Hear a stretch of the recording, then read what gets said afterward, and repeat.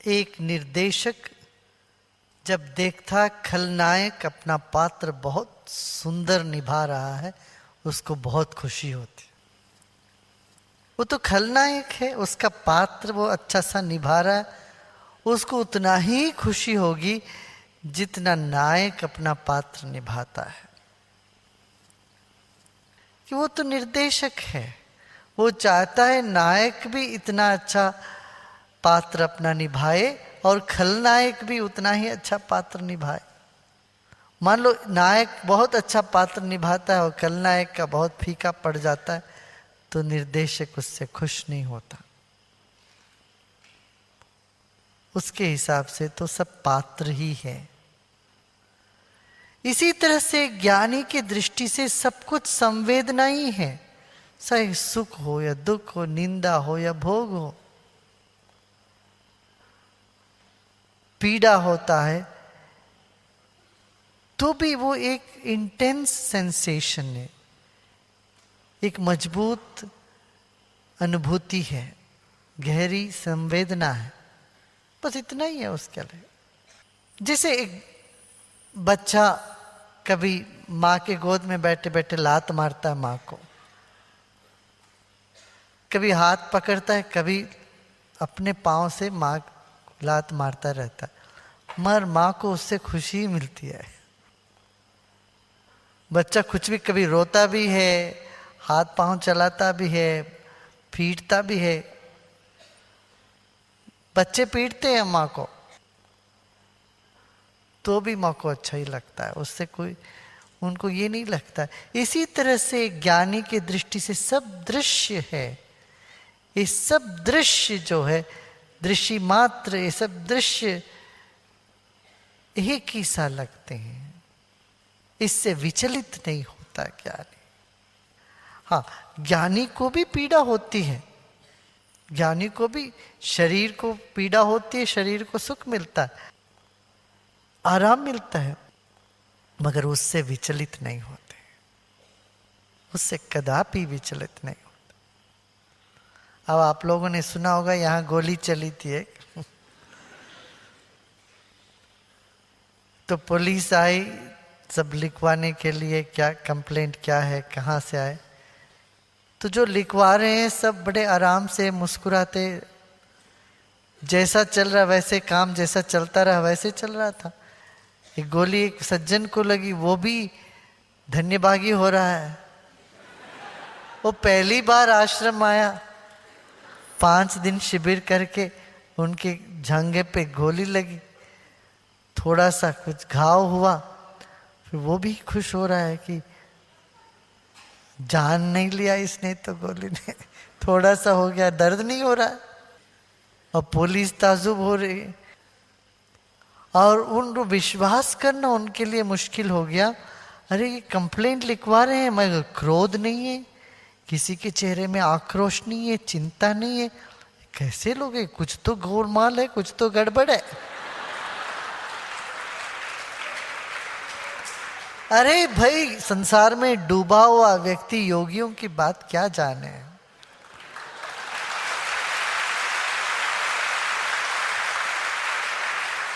वो तो सिर्फ यही, किसी के साथ जुल्म हुआ तो उनमें क्रोध दिखाना है उनको। क्रोध दिखाओ या आतंक दिखाओ या दुखी हो जाओ, तभी सच लगता है। कोई कह दे हम इनको माफ कर दिया, अरे कोई बात नहीं, चलो कोई हर्ज नहीं, ये बात सुनते ही अटपटा सा लगने लगता है, सहज नहीं लगता, इस दुनिया की बात नहीं लगती है। एक ज्ञानी के हिसाब से ऐसा ही है, वो न तुष्यंती न कुप्यंती, इससे बहुत इतना संतुष्ट भी नहीं हो जाता है, इतना गुस्से में भी नहीं आ जाता। कई लोगों ने हमको यहाँ फोन किया, देश भर में हम लोग जुलूस निकालेंगे, ये करेंगे, नारे करेंगे। हमने कहा कुछ नहीं करने की जरूरत है, सब शांत रहो। हम सब टेररिज्म ऑफ पेन, कलम की टेररिज्म वो शुरू हो जाता है हमारे देश में, बहुत खतरनाक चीज है। चाहे जो भी आए, जो मन में आए वो लिखो, लिखते जाओ, गलत सलत सभी लिखो। इसके विरोध में आवाज तो उठाना है हमें। ये नहीं कह रहा हूं एक चाटा कोई लगाए तो दूसरा गाल दिखा के बैठ जाओ, ये नहीं, बिल्कुल नहीं। पंजाब की बोली चाहिए हमें।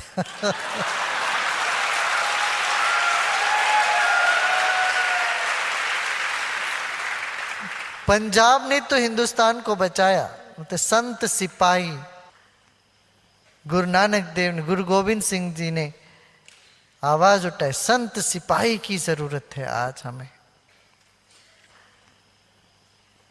संत बता, पहले संत फिर सिपाही।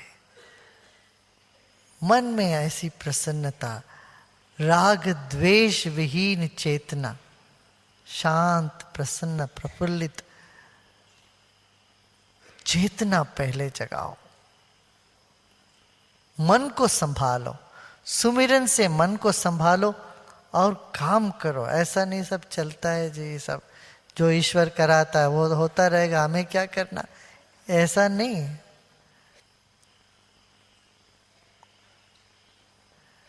अष्टावक्र इस पक्ष में बिल्कुल नहीं है।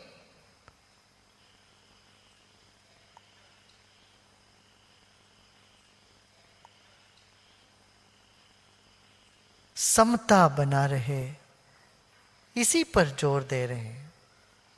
उन्हीं को धीर कहते हैं। कौन? धीरस्तु भोज्यमानोऽपि पीड्यमानोऽपि सर्वदा आत्मानं केवलं पश्यन् न तुष्यति न कुप्यति।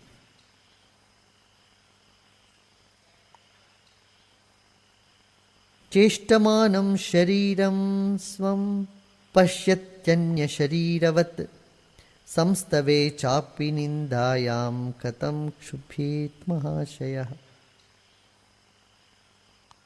वही धीर है जो विरोधात्मक भास जब होने लगता है उसमें अपने संतुलन को ना खो बैठे। नहीं तो क्या, देखो the drop of the head जैसे कहते हैं, छोटी सी बात पे हमें गुस्सा चढ़ जाता है, एकदम गर्म हो जाता है दिमाग, या एकदम ऐसे विचलित हो जाते हैं।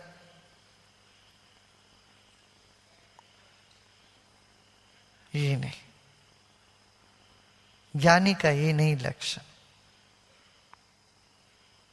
वो धीरज रखता है। धीरज नहीं है डरपोक है। और अपने आप को ज्ञानी कोई कहे, बिल्कुल झूठी बात, असंभव है। ज्ञानी और अधीर असंभव है।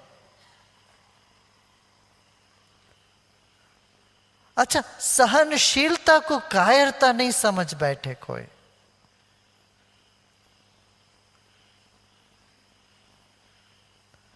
आजकल प्रसन्न रहना ही एक अपराध माना जा रहा है। कोई प्रसन्न रहता है तो ये कुछ अपराध है, छिपा रहे हैं, इसीलिए देखो मुस्कुरा रहे हैं। क्यों? वही लोग करते आए, मुस्कान के पीछे सब गंदगी छिपाते हुए आए हैं, इसलिए वो मुस्कान सहज नहीं है, नहीज नहीं है, सच्चाई से निकला हुआ नहीं है, ऊपर ऊपर की मुस्कान है। उस मुस्कान के पीछे बहुत भरा हुआ है आक्रोश, क्रोध, ईर्ष्या, द्वेष। नहीं, ये संत का स्वभाव नहीं। सच्चा मुस्कान जो दिल की अंतराल से निकलती हो, अपना हृदय के अंतराल से निकलती हो, वह मुस्कान संत की है। वो सच्चा मुस्कान साधक की है। संत बनने की जरूरत नहीं, साधक हो तो काफी है। और साधक का मुस्कान भी ऐसे अंदर से निकलता है जैसे एक बच्चे का। हर योगी एक शिशु है और हर शिशु एक योगी, क्यों दोनों ऐसे दिल से मुस्कुराते हैं। वही धीर है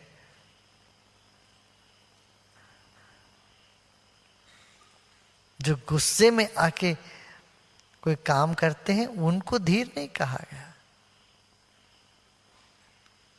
और जो एकदम शांत हो गए उनको महावीर कहा गया। जिनको वीर शूरता दिखाने की जरूरत ही नहीं पड़ जाती वो महावीर हो जाते, सहज ही सब शांत होता। आपको ये भी अनुभव हुआ होगा जब आप कहीं जाते हो, कोई बच्चा गिर जाता है या कोई किसी को चोट लगती है तो उनको लगती है तो आपको लगता है आपके पेट में कुछ होता है, ऐसा अनुभव हुआ है? किसी और का दर्द हमें लगता मुझे हो गया जैसे। अपनों को कोई दर्द होता है, कोई आपके बहुत नजदीक के लोग प्रियजन रोते हैं तो आपके भी आंखों में आंसू आ जाता, आता है कि नहीं आता बताओ? क्या जहां संबंध है, प्रेम संबंध है, जहां ताल्लुका है, वहां दर्द और खुशी का लेन देन होता है। यह शरीर पास है हमारे, दूसरा शरीर थोड़ी दूर है, बस अपना कुछ तो लगता है, मेरा शरीर जैसा ही वो शरीर भी। तो इस शरीर को हुआ या उस शरीर में कुछ घटित हुआ, घाव हुआ, तो उसका असर अपने शरीर पर भी होने लगता। किसी को दुख हुआ तो हमको भी दुख होता, किसी को दर्द हुआ तो हमको भी होता। जब उनके साथ हमारा तालमेल बैठ जाता है, अपनापन, आत्मीयता पलप जाती है, तो ऐसा होना स्वाभाविक है। चाहे आप हजारों मील दूर पे रहिए तब भी आपको ये अनुभव होता है। माँ और बेटे में ये होता ही है, बच्चों में माँ और बेटा या बेटी के बीच में ऐसा संबंध, पति पत्नी के बीच में ऐसा संबंध है, भाई बहनों के बीच में ऐसा संबंध है। भाई को कुछ हो तो बहन को लगे, बहन को कुछ लगे तो भाई को लगे, इस तरह से भाई भाइयों में, बहनों में आपस में ऐसा। अच्छा, और मित्रों में भी, दोस्तों में भी ऐसा है। जो गहरे दोस्त हैं आपके, जिगरी दोस्त, उनको कुछ तकलीफ हो तो तुम्हें होने लगता है वो चीज। क्या, क्यों ऐसा है? क्यों तुम मानते हो वो भी तुम्हारे अपनेपन के अंदर, आत्मीयता के अंदर आ गए। एक ज्ञानी के लिए सारा संसार अपना आत्मीय है, अपना है। इसलिए यह शरीर पास है, दूसरा शरीर थोड़ी दूर है, कोई फर्क नहीं। इस शरीर को जो नहीं पसंद है वो कभी भी दूसरे शरीर को भी नहीं करेंगे, उसके साथ भी नहीं करेंगे। अपना शरीर जैसे उनको लगता है सारा संसार। इतना ही फर्क है, ये शरीर कुछ नजदीक है, वो शरीर थोड़ी दूर पे है। इसी को सच्चा प्रेम कहते हैं। प्रेम माने आत्मीयता, और प्रेम के बगैर आत्मीयता हो ही नहीं सकती। शारीरिक तौर पर, मानसिक तौर पर और आत्मिक तौर पर ये जो कनेक्टिविटी है, हम जुड़े हुए हैं इस समष्टि से। ये शरीर इस पृथ्वी का है, इस चेतना हमारा जो मन है, इसका अपना ही एक लोक है, दुनिया है।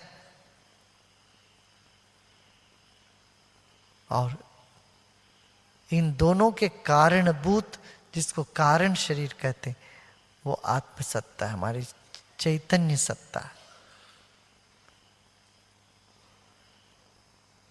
वो तो एक ही है, इसलिए हमको लगता है ये वैविध्यमय प्रकृति, ये विविधता से भरा हुआ संसार मेरे से अलग नहीं है, मेरा ही एक अंग है। जैसे शरीर में अलग अलग सेल अलग अलग जगह अलग अलग तरह से प्रकट हुआ, एक ही तो सेल, एक ही जीव कोश, जीवाणु बड़ा होकर के पूरा शरीर बन गया। उस जीव कोश में और जीवाणु में, उस सेल में कहीं आंख बन गया, कहीं नखून बन गया, कहीं बाल बन गया। ये सब अलग अलग है। बाल जैसे नखून नहीं है, नखून जैसे आंख नहीं, आंख से इसे जीभ नहीं है, जीभ जैसे हमारा दिल नहीं है। शरीर का एक एक अंग अनूठा है और अपने में पूर्ण है, फिर भी ये सब बना एक से, एक अणु से, एक बिंदु से।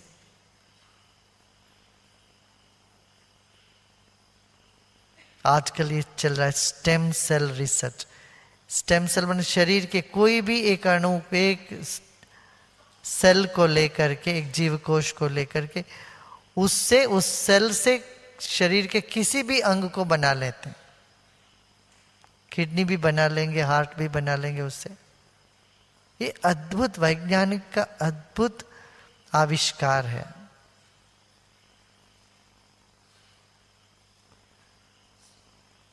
हमारे ऋषि मुनियों ने इसको बहुत पहले ही पहचान चुके हैं। यद ब्रह्मांडे तत्पिंडे, एक ही चीज है, इससे सारी दुनिया बनी। सिर्फ शरीर नहीं है, एक सेल से सारी दुनिया समाया हुआ, बिंदु में सिंधु समाया हुआ कहते हैं। सुना है ना? समुद्र का एक बूंद ले लो, उसमें पता लग जाता है समुद्र में क्या क्या है, कितने तरह के नमक है। एक बूंद खबर दे देती है तुम्हें।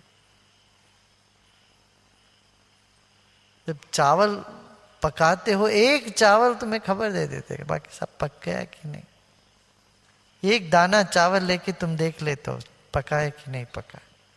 तुम अकेले नहीं हो, इस समष्टि का ही एक अंग हो। जो समष्टि में घटता है वो तुम्हारे शरीर में, तुम्हारे व्यक्ति में भी घट रहा है, और जो व्यक्ति में घटता है वही फैल करके समष्टि में जाता। इसलिए जब आप बैठते हो, ज्ञान सुनते हो, साधना करते हो, ये मत सुनना सिर्फ आप अपने लिए हो रहा है। सिर्फ अपने लिए नहीं, आपका तो हो ही रहा, इसका लाभ दुनिया को भी हो रही है।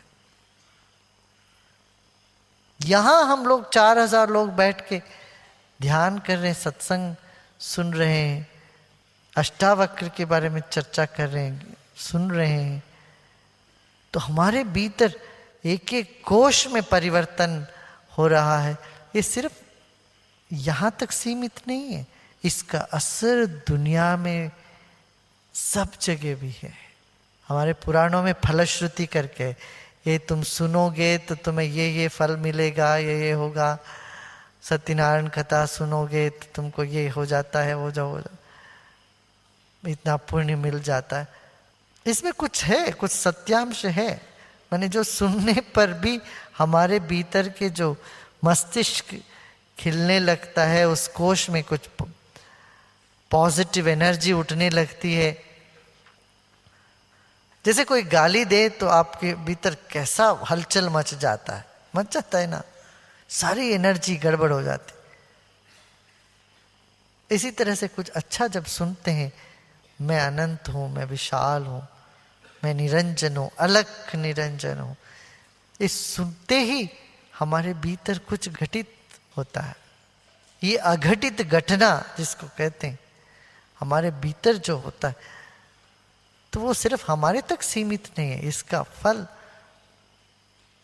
दूर दूर तक है, इसका असर दूर दूर तक है। इसलिए कहते हैं अधिक से अधिक लोग आके बैठे ध्यान करें। हर ज्ञानी यही चाहता।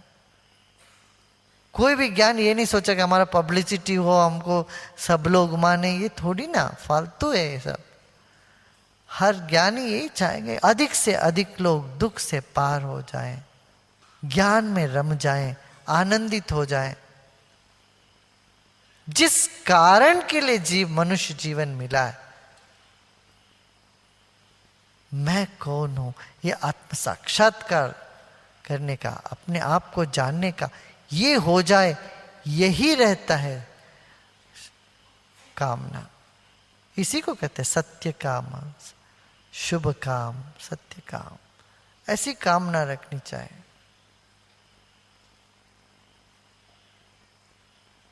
सर्वे भवन्तु सुखिनः, सर्वे सन्तु निरामया, सर्वे भद्राणि पश्यन्तु। सब भद्र को ही देखें, मंगल को ही देखें, किसी को दुख ना पहुंचे। ये उद्गार है, भारत देश का यह जीवाधार है।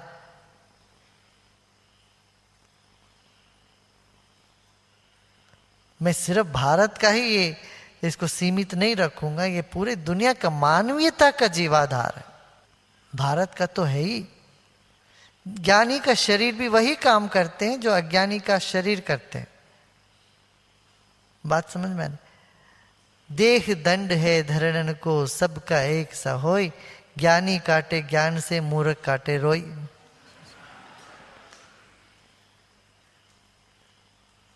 ज्ञानी और मूर्ख का शरीर समान है, दोनों के शरीर बराबर एक सा काम करते हैं। ज्ञानी भी सोते हैं, अज्ञानी भी सोते हैं। ज्ञानी को भी भूख लगेगा, भूख लगती हो तो वो भी खाना खाएंगे, प्यास लगे तो वो भी पानी पिएंगे, वो भी आंख से ही देखेंगे, कान से ही सुनते हैं। शरीर के तौर पर कोई फर्क नहीं। हाँ, चेतना के तौर पर ये फर्क है, ज्ञानी साक्षी होके देखता है। ज्ञानी कुछ भी करता है तो 100% करेगा, सुनता है तो उस वक्त सुनता ही। योगी सुनते हैं तो उसी वक्त सुनते हैं, सोचते नहीं। अयोग्य व्यक्ति सोचता ही रहता है, सुनते वक्त भी सोचता है, कुछ भी करता है तो कुछ और करता रहता है।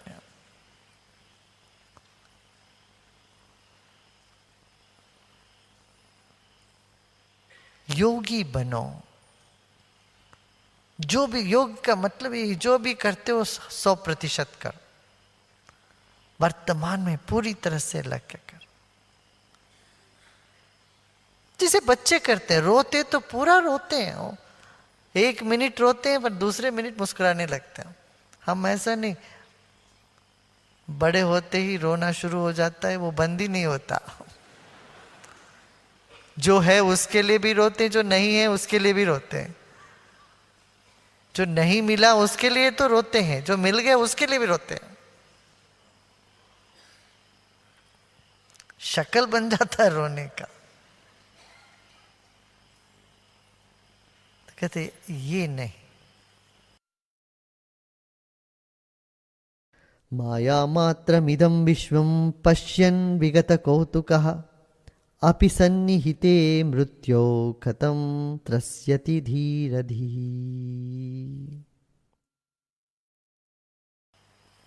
कौतुक को भी यहाँ अष्टावक्र नकार देते। कौतुक माने कुतूहलता।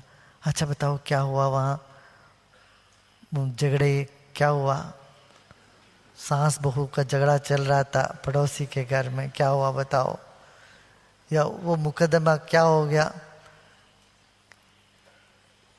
सड़क आप जा रहे हो, सड़क पर कोई सड़क के आसपास फुटपाथ में किसी के साथ लड़ाई हो जाती है, दो तीन व्यक्ति, वहां देखना कैसे सब घेर के वहां खड़े हो जाते हैं तमाशा देखने के लिए।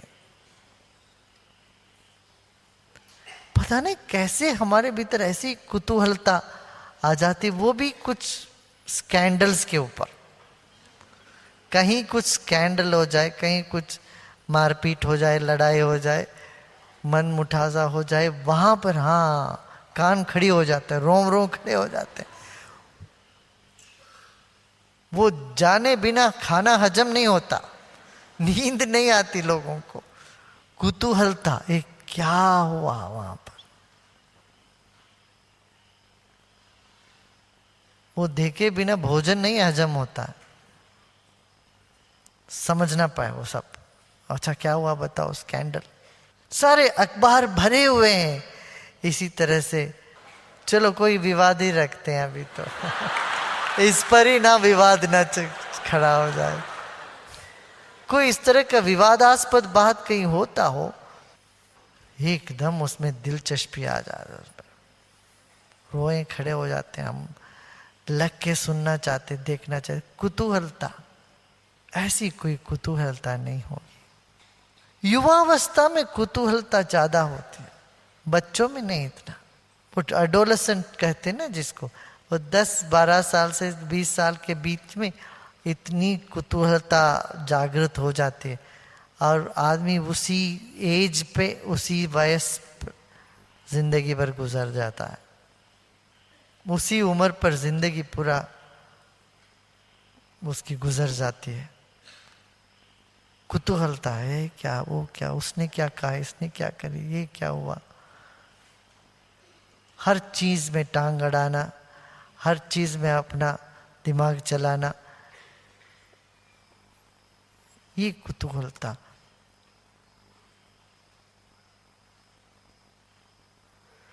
जिज्ञासा और कुतूहलता में यही फर्क है। जिज्ञासा जीवनोपयोगी है, विज्ञान के प्रति जिज्ञासा होती है, सत्य के प्रति जिज्ञासा होती है, जिससे जीवन का कोई संबंध नहीं, वो कुतूहलता होती है। करने के लिए कुछ नहीं, फालतू बैठे तो कुतूहल मन होता, कुतंत्र कुयुक्ति के साथ कुतूहलता आ जाती है।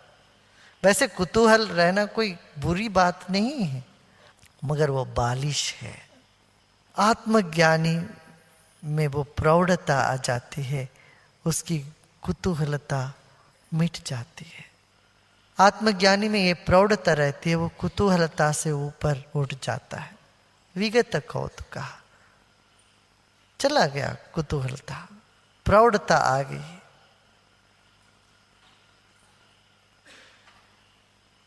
क्यों जान गए सब माया मात्र में दम है, सब माया मात्र है, एक ही तत्व से बना हुआ है सब।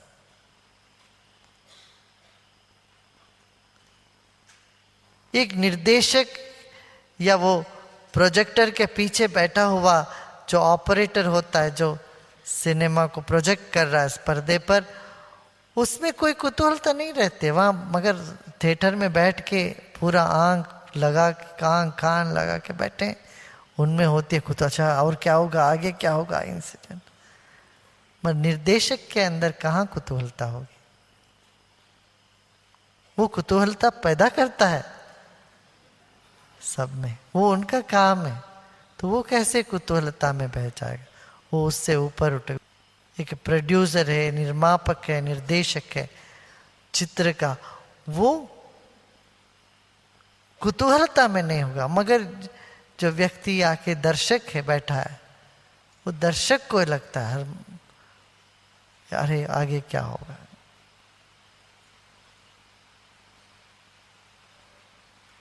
तसल्ली आ जाती है ये जानकर ये सब मेरे ही अपने ही रूप है, ये सब मेरा अपना ही रूप है। हाँ? आज इतना काफी नहीं?